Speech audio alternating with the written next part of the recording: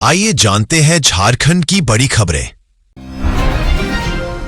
झारखंड की राजधानी रांची से बड़ी खबर सामने आई है। रांची के इंटरस्टेट बस टर्मिनस में रविवार दोपहर अचानक भीषण आग लग गई। लोअर बाजार थाना क्षेत्र के खड़गड़ा स्थित बस स्टैंड में लगी इस आग में कम से कम 6 खड़ी बसें जलकर पूरी तरह खाक हो गईं। राहत की बात यह रही कि इस हादसे में किसी के हताहत होने की खबर नहीं है। पुलिस के मुताबिक आग एक खराब बस से शुरू हुई और तेजी से आसपास खड़ी बसों में फैल गई। मौके पर पहुंची 5 दमकल गाड़ियों ने करीब 2 घंटे की कड़ी मशक्कत के बाद आग पर काबू पाया। आग लगने की वजह फिलहाल स्पष्ट नहीं है। शॉर्ट सर्किट की आशंका जताई जा रही है। जांच जारी है। केंद्रीय बजट को लेकर झारखंड की सियासत गर्मा गई है। सत्ताधारी जेएमएम सरकार ने बजट को लेकर केंद्र पर तीखा हमला बोला है। जेएमएम ने इसे आजाद भारत का सबसे खराब बजट बताते हुए कहा कि इसमें रोजगार, महंगाई, किसानों की आय, राज्यों के अधिकार और आदिवासी बहुल राज्यों के लिए कोई ठोस प्रावधान नहीं है। पार्टी ने आरोप लगाया कि यह बजट विकास का नहीं बल्कि वंचना का दस्तावेज है। वहीं बीजेपी ने पलटवार करते हुए इसे 2047 तक विकसित भारत की दिशा में दूरदर्शी कदम बताया है। बजट को लेकर झारखंड में सियासी टकराव साफ नजर आ रहा है। बोकारो से एक बेहद चौंकाने वाला जमीन घोटाला सामने आया है। सीआईडी की जांच में खुलासा हुआ है कि वन विभाग की जमीन में बड़ा फर्जीवाड़ा किया गया। महज 1.03 एकड़ जमीन के म्यूटेशन को कागजों में बढ़ाकर पूरे 103 एकड़ में बदल दिया गया। इस घोटाले में भूमाफिया और सरकारी अधिकारियों की मिलीभगत सामने आई है। आरोप है कि फर्जी सेल डीड और गिफ्ट डीड के जरिए जमीन पर अवैध कब्जा किया गया और फिर सस्ती कीमत पर बिक्री भी कर दी गई। सीआईडी ने धोखाधड़ी और वन अधिनियम की धाराओं में केस दर्ज किया है। वहीं ईडी भी मनी लॉन्ड्रिंग एंगल से जांच कर रही है। यह मामला झारखंड में जमीन घोटालों की गंभीर तस्वीर पेश करता है।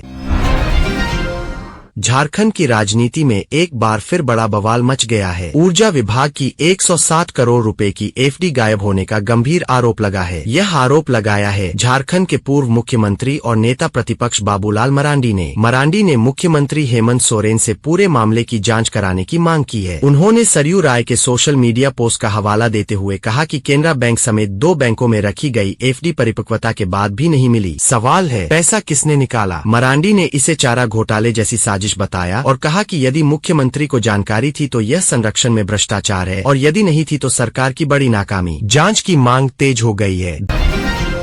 झारखंड के गुमला जिले से बड़ी खबर सामने आई है। हाथियों के बढ़ते खतरे को देखते हुए प्रशासन ने 5 गांवों में धारा 163 के तहत निषेधाज्ञा लागू कर दी है, जो 15 फरवरी तक प्रभावी रहेगी। भरनो थाना क्षेत्र के सुपा, मालगांव, मोरगांव, बूढ़ीपाट और महुआ टोली गांवों में 18 हाथियों का झुंड घूम रहा है। डीएफओ अहमद बिलाल के अनुसार लोग बड़ी संख्या में हाथियों के पास पहुंच रहे थे, जिससे टकराव की आशंका बढ़ गई। आदेश के तहत 5 से अधिक लोगों के एकत्र होने, सड़क जाम और हथियार ले जाने पर रोक लगा दी गई है। प्रशासन का लक्ष्य साफ है, मानव और हाथी दोनों की सुरक्षा। झारखंड में सरकारी स्कूलों की बड़ी लापरवाही सामने आई है। राज्य के 35,000 से ज्यादा स्कूलों में 500 से अधिक ऐसे हैं जहां आज भी छात्राओं के लिए शौचालय तक नहीं है। वहीं करीब 800 स्कूलों में छात्रों के लिए और लगभग 500 स्कूलों में पेयजल की सुविधा भी नदारद है। यह स्थिति छात्राओं की शिक्षा और स्वास्थ्य दोनों के लिए गंभीर खतरा है। इसे देखते हुए राज्य सरकार ने अंतर्राष्ट्रीय महिला दिवस 8 मार्च से पहले सभी स्कूलों में शौचालय और पेयजल सुविधा बहाल करने का आदेश दिया है। प्रधानमंत्री नरेंद्र मोदी के निर्देश के बाद शिक्षा विभाग ने सख्त रुख अपनाया है। अब सवाल साफ है, क्या तय समय पर हालात बदलेंगे? बरकाकाना में जंगली हाथी का आतंक थमने का नाम नहीं ले रहा है। कंदेर पंचायत के पूर्णा डीह टोला में देर रात एक हाथी ने जमकर तांडव मचाया। हाथी ने अशोक बेदिया के घर का दरवाजा तोड़कर अंदर रखा धान चट कर गया। वहीं खेतों में लगी आलू और केला की फसल भी नष्ट कर दी। लगातार हाथियों की आवाजाही से गांव में दहशत का माहौल है। डर के कारण ग्रामीण घरों की छत पर पुआल का मचान बनाकर सोने को मजबूर है। हाथियों का झुंड 1 महीने से इलाके में डेरा डाले हुए है, जिससे ग्रामीण रात भर जागकर पहरा दे रहे हैं। गुमला जिले में प्रशासन ने अवैध अफीम खेती के खिलाफ बड़ी कार्रवाई की है। घाघरा अंचल के आदर पंचायत अंतर्गत सलगी गांव के वन क्षेत्र में 65 डिसमिल भूमि पर की जा रही अफीम की खेती को पूरी तरह नष्ट कर दिया गया। उपायुक्त प्रेरणा दीक्षित के निर्देश पर प्रशासन और वन विभाग की संयुक्त टीम ने औचक छापेमारी की। मौके पर अवैध खेती की पुष्टि होते ही पूरी फसल डिस्ट्रॉय कर दी गई। अधिकारियों ने कहा कि दोषियों की पहचान की जा रही है और NDPS 1 के तहत कड़ी कार्रवाई होगी। प्रशासन ने जनता से अवैध गतिविधियों की सूचना देने की अपील की है। रांची जंक्शन पर आरपीएफ ने नशा तस्करों के खिलाफ बड़ी कार्रवाई की है। विशेष जांच अभियान के दौरान प्लेटफार्म नंबर 1 से 2 युवकों को 8 किलो गांजे के साथ गिरफ्तार किया गया। बरामद गांजे की कीमत करीब 4 लाख रुपए आकी गई है। संदिग्ध हालत में बैठे दोनों युवकों की तलाशी लेने पर उनके पिट्ठू बैग से 8 पैकेट गांजा बरामद हुआ। पूछताछ में आरोपियों ने बताया कि गांजा ओडिशा से लाया गया था और सासाराम पहुंचाया जाना था। आरपीएफ ने गांजा जब्त कर दोनों को जीआरपी को सौंप दिया है। झारखंड के लिए बड़ी खबर सामने आ रही है। भारतीय क्रिकेट टीम के पूर्व कप्तान महेंद्र सिंह धोनी को झारखंड सरकार पर्यटन ब्रांड एम्बेसडर बनाने की तैयारी में है। पर्यटन विभाग का प्रस्ताव अंतिम चरण में है और जल्द ही इसकी अधिसूचना जारी हो सकती है। सरकार का मानना है कि धोनी के जुड़ने से झारखंड पर्यटन को राष्ट्रीय और अंतर्राष्ट्रीय पहचान मिलेगी। बीते वर्ष मंत्री सुदिव्य कुमार और धोनी की मुलाकात के बाद से ही इस पर चर्चा तेज थी। हाल ही में मुख्यमंत्री हेमंत सोरेन से हुई अचानक मुलाकात ने अटकलों को और मजबूत कर दिया है।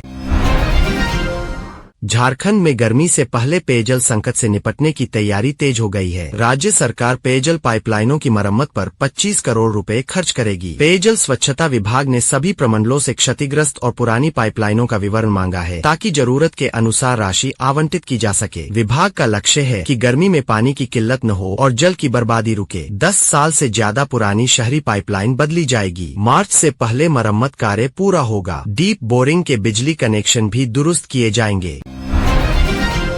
बाबा ग्रुप के ठिकानों पर आयकर विभाग की बड़ी कार्रवाई जारी है। झारखंड और बिहार में फैले 40 ठिकानों पर दूसरे दिन भी छापेमारी चलती रही। शुक्रवार को एक कारोबारी के घर से 1 करोड़ 25 लाख रुपए कैश बरामद किया गया है। इसके अलावा गया और औरंगाबाद के चावल कारोबारियों के यहाँ से भारी नकदी और जेवर मिले हैं। रांची के नगड़ी, काके रोड, हरमू और बरियातू में बाबा ग्रुप से जुड़े मिल और दफ्तरों में दस्तावेज जब्त किए गए। टैक्स चोरी के शक में यह कार्रवाई शनिवार को भी जारी रहेगी।